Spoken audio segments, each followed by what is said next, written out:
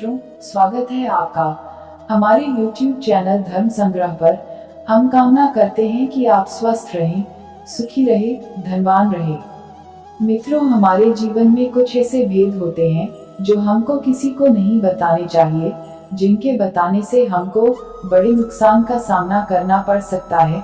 ऐसी ही एक समस्या को लेकर नारद जी एक बार माता लक्ष्मी के पास गए और माता लक्ष्मी को प्रणाम किया। माता लक्ष्मी ने नारद जी का प्रणाम स्वीकार किया और मुस्कुराते हुए बोली, कहिए नारद जी, आज आपके मन में कौन से प्रश्न उठ रहे हैं? नारद जी माता लक्ष्मी से बोले, हे माता, मैं नित्य मृत्युलोक में देखता हूँ कि सच्चे और सीधे व्यक्ति को सभी मूर्ख बनाते हैं और चतुर चालाक व्यक्ति सभी पर विजय प्राप्त कर लेता है। ऐसा क्यों होता है? यह सुनकर माता लक्ष्मी बोली, हे नारद जी, मैं आपको इस प्रश्न के उत्तर के लिए एक कथा सुनाती हूँ। उसके बाद आपको सभी प्रश्नों के उत्तर मिल जाएंगे। एक गांव में मोहन नाम का एक आदमी था। वह अपने गांव में सबसे ज्यादा अमीर था। उसका एक ही बेटा था भानु। वह हमेशा बीमार ही रहता था क्योंकि उसके पेट में एक सांप ने अपना घर बना लिया था। वह हमेशा पेट की दर्द से परेशान रहता था। भानु के पिताजी ने बहुत से वैद्यों से इलाज करवाए, लेकिन कोई उसके पेट दर्द का इलाज नहीं कर पाया। मोहन ने अपनी परेशानी अपने सभी मित्रों और सगे संबंधियों को बताई, लेकिन किसी ने उसका कोई उपाय नहीं बताया। उल्टा मोहन और उसके बेटे भानु का उपहास करने लगे। वह कहने लगे, यह तो उसके कर्मों का फल है। भानु सांप की वजह से दिन पर दिन कमजोर होता जा रहा था। वह अपने पिता की परेशानी और सगे संबंधियों के तानों से तंग आकर घर छोड़कर चला गया और एक दूसरे शहर में पहुंच गया। वहां उसने एक छोटा मोटा काम ढूंढा। उससे जो कुछ थोड़ा बहुत पैसा मिलता था, उसी से वह अपना गुजारा करता और रात को एक मंदिर में सो जाता था। उसी शहर में एक वीरेंद्र नाम का अमीर आदमी अपने दो बेटियों के साथ रहता था। बड़ी बेटी का नाम सुशीला और छोटी का नाम ललिता था। उस शहर में उसके जैसा अमीर कोई नहीं था, इसलिए वहाँ बस वीरेंद्र का ही राज चलता था। वह बहुत ही अहंकारी आदमी था। वीरेंद्र की दोनों बेटी बहुत सुंदर और सुशील थी।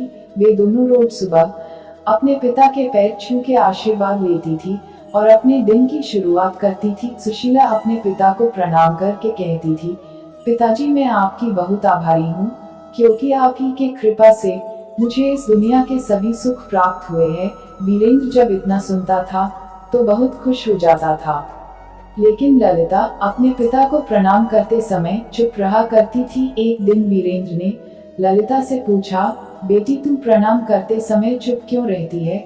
ललिता अपने मन में इस भेद को छुपा ना सकी और ललिता ने विनम्र भाव से कहा, पिताजी, मैं उस ईश्वर को मन ही मन में धन्यवाद देती हूँ जिसकी कृपा से आप मेरे पिताजी हैं और मैं आपकी बेटी। इतना सुनते ही वीरेंद्र गुस्सा हो गया और बोला, मैं कोई ईश्वर को नहीं मानता। ये सब ढोंग है। इतना सारा जो धन दौलत है वो ईश्वर की कृपा से नहीं, मैंने अपने मेहनत से बनाया है। ललिता ने कहा, पिताजी, ईश्वर की कृपा नहीं होती तो आज आप पूरी जिंदगी मेहनत करके जितना भी धन जमा किए हैं सब बेकार हो जाता। वीरेंद्र बोला, अच्छी बात है, जब तुमको अपने ईश्वर पर इतना भरोसा है तो आज देख ही लेते हैं कि तुम्हारा ईश्वर तुम्हारे लिए क्या कर सकता है।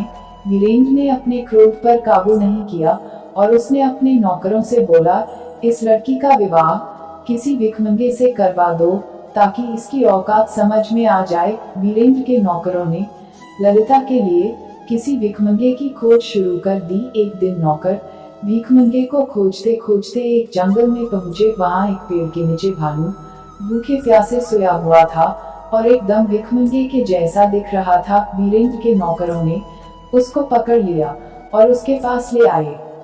भानु ने जब ललिता को देखा तो वह उसे पर मोहित हो गया।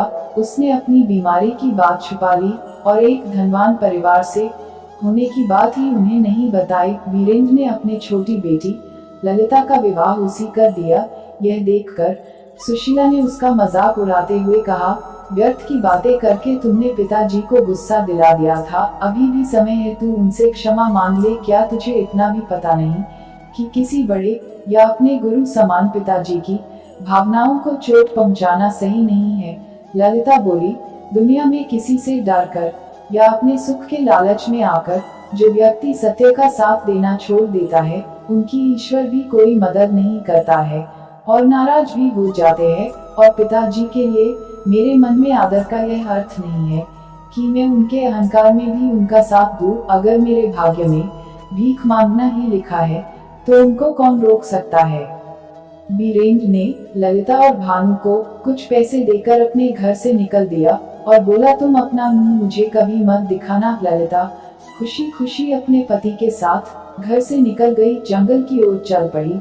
दोनों चलते चलते थक गए और दोनों को प्यास भी लग गई थी। रास्ते में उन्हें एक तालाब दिखा और वहीं पर रुक गए। दोनों वहां पर पानी पिए और आराम करने लगे। आराम करते करते दोनों वहीं पर सो गए। जब ललिता नींद से उठी तो उसने देखा कि उसका पति एकदम गहरी नींद में सोया हुआ था और उसके मुंह से एक सांप अपना फन बाहर निकालकर एक बिल की तरफ देख रहा था और उस बिल से दूसरा सांप अपना फन बाहर निकाल पहले वाले सांप को देख रहा था। दोनों सांपों ने एक दूसरे से बहस करना चालू कर दिया और एक दूसरे का रहस्य बताने लगे। बिल वाले सांप ने कहा, अरे दुष्ट, तू इतने सुंदर और नादान बालक का जीवन क्यों नष्ट कर रहा है? तू ये नहीं जानता ये कितने अमीर घर का लड़का है। तूने इसको इतना कष्ट दे दिया है कि इस लड़के ने मजबूरी में अपना घर छोड़ दिया है। अब तो बंद कर दे अपनी दुष्टता। तभी भानु के मुंह वाले सांप बोला, तू भी तो अपने बिल के अंदर एक विशाल खजाने को बर्बाद कर रहा है। तुझे तो मैंने कुछ नहीं कहा।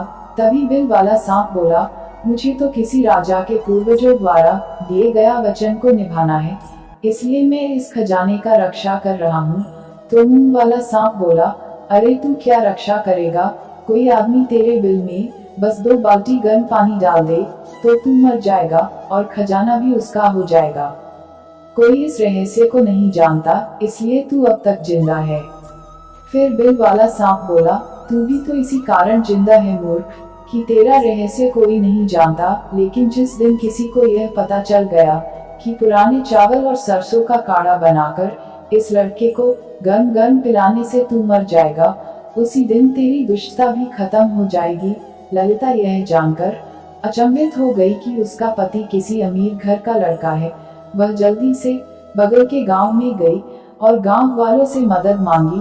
पुरानी चावल और सरसों का काढ़ा और एक बाल्टी गर्म पानी लाई। फिर उनसे उस काढ़े को अपने पति भानु को पिला दिया और इसके बाद बाल्टी का गर्म पानी उस बिल में डाल दिया। दोनों सांप तड़पते हुए बाहर निकले और मर गए और भानु एकदम से ठीक हो गया। उसने ललिता को दिल से धन्यवाद दिया और बोला, तुम नहीं होती तो पता नहीं मेरा क्या होता। ललिता ने खजाने वाली बात भानु को बताई और दोनों ने मिलकर उस जगह को खोदा तो वहाँ बहुत सोना, चांदी और हीरा निकला। वे दोनों खुश हो गए और भानु वहाँ का पूरा खजाना और अपनी पत्नी ललिता को लेकर अपने गांव खुशी खुशी चला गया। कथा सुनने के बाद माता लक्ष्मी नारद जी से बोली, हे नारद जी, हमारे जीवन में कुछ ऐसे भेद और विचार होते हैं जो हमको किसी दूसरे को नहीं बताने चाहिए। पहला, हमको अपनी कमजोरी किसी के सामने जाहिर नहीं करनी चाहिए, नहीं तो सामने वाला व्यक्ति हम पर हावी हो जाएगा और हमारा गलत फायदा उठा लेगा। दूसरा, हमको अपनी दुख तकलीफ किसी को नहीं बताने चाहिए, नहीं तो दूसरे हमारा मजाक बनाते हैं और हमको कमजोर समझने लगते हैं। तीसरा, हमको अपने परिवार के मनमुटाव हो या झगड़ों की बातें बाहर किसी को नहीं बतानी चाहिए। ऐसा करने पर दुश्मन आप पर आसानी से विजय प्राप्त कर सकता है। चौथा, हमको अपने परिवार की आर्थिक स्थिति किसी को नहीं बतानी चाहिए, चाहे वह कितनी ही अच्छी हो या खराब हो। इस भेद को बनाए रखने से सभी आपका सम्मान करेंगे। पांचवा भेद, साधु या गुरु के द्वारा दी गई दीक्षा या मंत्र कभी किसी को नहीं बताना चाहिए, इससे उसे दीक्षा या मंत्र का प्रभाव समाप्त हो जाता है। नारद जी, चाहे कोई कितना भी सीधा या सच्चा व्यक्ति हो, उसे इन भेदों को बनाए रखना चाहिए। जो ऐसा नहीं करते, यह संसार हमेशा उनका शोषण करता है और ऐसे व्यक्ति कभी विजय प्राप्त नहीं कर सकते। अपने प्रश्नों का उत्तर प्राप्त करने के बाद नारद जी मृत्यु लोक की ओर चल पड़े, जिससे वह इस प्रश्न के उत्तर को जन जन तक पहुंच सके। आप लोगों को ये कहानी कैसी लगी, हमें कमेंट करके जरूर बताएं। धन्यवाद।